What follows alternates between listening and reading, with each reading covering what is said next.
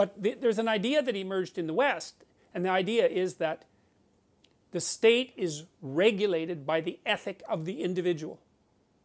And so that the individual has intrinsic value, and that value is predicated on the recognition of the individual's capacity to generate order out of chaos.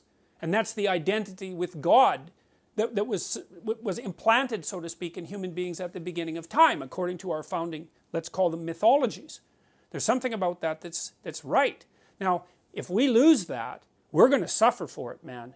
We're going to suffer for it. And I've studied totalitarianism for a long time. I know what happens when things take a viciously communitarian twist. It is not pretty.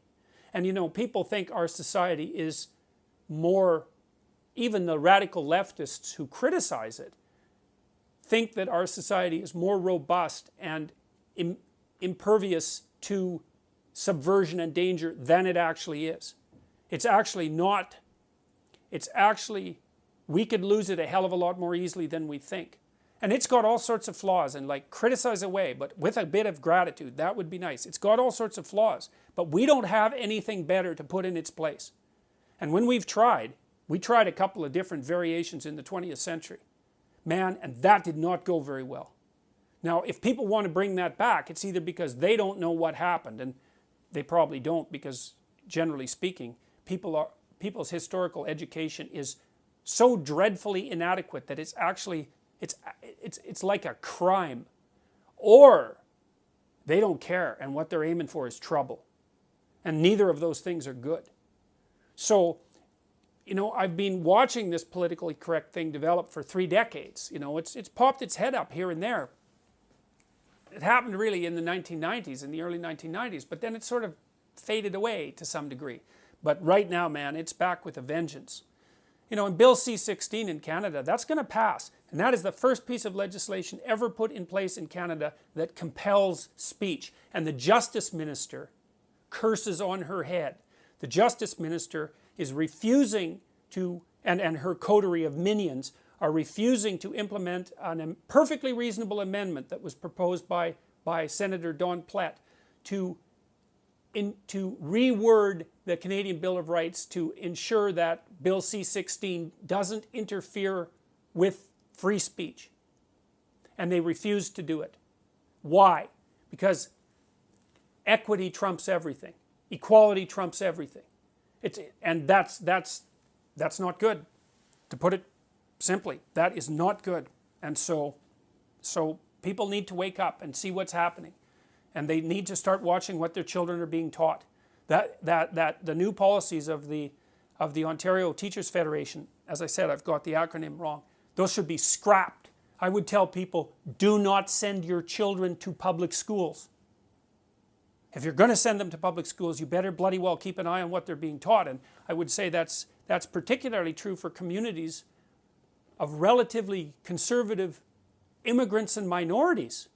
You know, I mean, historically they've been aligned, say, more with the Liberal Party in Canada because of its more tolerant attitude towards immigration. It's like, it's time for those relatively socially conservative ethnic immigration communities to wake up and realize that the people that they thought were their allies are not their allies at all. So, no, we're going too far down this road. It's not a good idea. And it's happening a lot faster than people think. So, it's time for people to wake up. Jesus, you know, I've talked to the Conservatives, the leadership, many of the people who ran for the leadership federally. I've talked to the provincial Conservatives in Ontario. The provincial Conservatives were too afraid to have me come and talk to their caucus. Think about that. They think I'm too, because, you know, their theory, I guess this is Patrick Brown's strategy, is if they just shut the hell up and hide in a corner, Kathleen Wynne will flame out and they'll win the election. It's like, well, maybe and maybe not, but that's no strategy of courage. It's like the conservative types, even the liberals, the classic liberals, have to get out there and say, look, what's happening on the radical end of the political spectrum, that is not good. We need to do something about it. But they're too afraid. The conservatives are afraid that they will be targeted as individuals, mobbed by the social justice warriors online, and taken out. And so they don't say anything. It's not even the social conservatives who won't say anything. It's like mainstream liberals who won't say anything. Well, as soon as people, so now the journalists are censoring themselves, they've already told me that. The politicians are censoring themselves. It's like, what the hell? What's going on? And what's really awful about it is it's a very small minority of people who are basically producing this movement forward.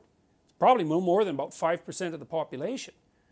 So, and the other thing that's so interesting is if you push back against them hard, they just fold. I can't even get the social justice types to debate me. They won't do it. Now, they don't believe in debate, so why would they debate? They only believe in power. But like when I went to Queen's University to talk to the law students there about Bill C-16, from what I gathered, all of the law professors were invited to debate me. Now think about it, I'm not a bloody lawyer, I'm no law professor. I'm talking about legislation. Like, a good lawyer should have been able to come out and just have twisted me into knots and sent me home in a cast. And they couldn't find a single bloody professor to come out there, so Bruce Pardy, who's a professor, had to come out and play devil's advocate. So there's no debate there, there's no discussion. So this small minority, they're well situated, they have a philosophically driven agenda. They're motivated personally by resentment and power. But there aren't that many of them, and they're bloody cowardly. And if you face them down, they'll run away. So I would say we should face them down before they continue to wreak the kind of havoc that they're already wreaking on our society. And we could certainly start with Kathleen Wynne and her coterie of radical postmodernists. So we should chase every single liberal, every single provincial liberal should be taken out of the Ontario legislation in the next election. That would be a good outcome. That would be a message. It's like, don't muck about with the structure of the family. There's a start. So, yeah, well.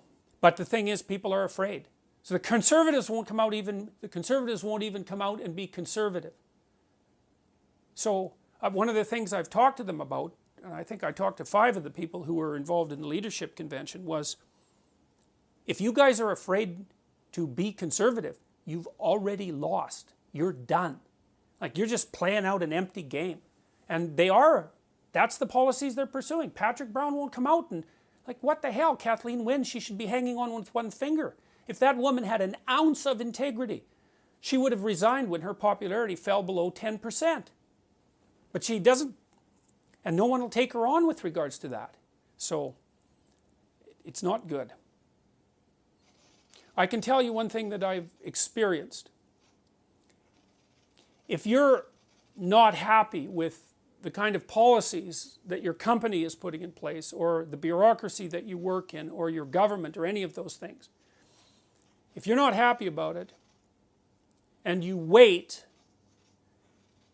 the probability that you'll become more unhappy is extraordinarily high. If you come out and say something early on, you're taking a risk. But if you say something and you don't apologize and you hold your damn position, you can chase them back. That's been my experience. You don't apologize, and you don't soften what you have to say. But as far as I can tell, you've got a choice. You can wait around until things get worse and you're weaker, and you can wait till you're taken out, or you can stand up now and say what you have to say with a reasonable chance of success. That's how it looks to me.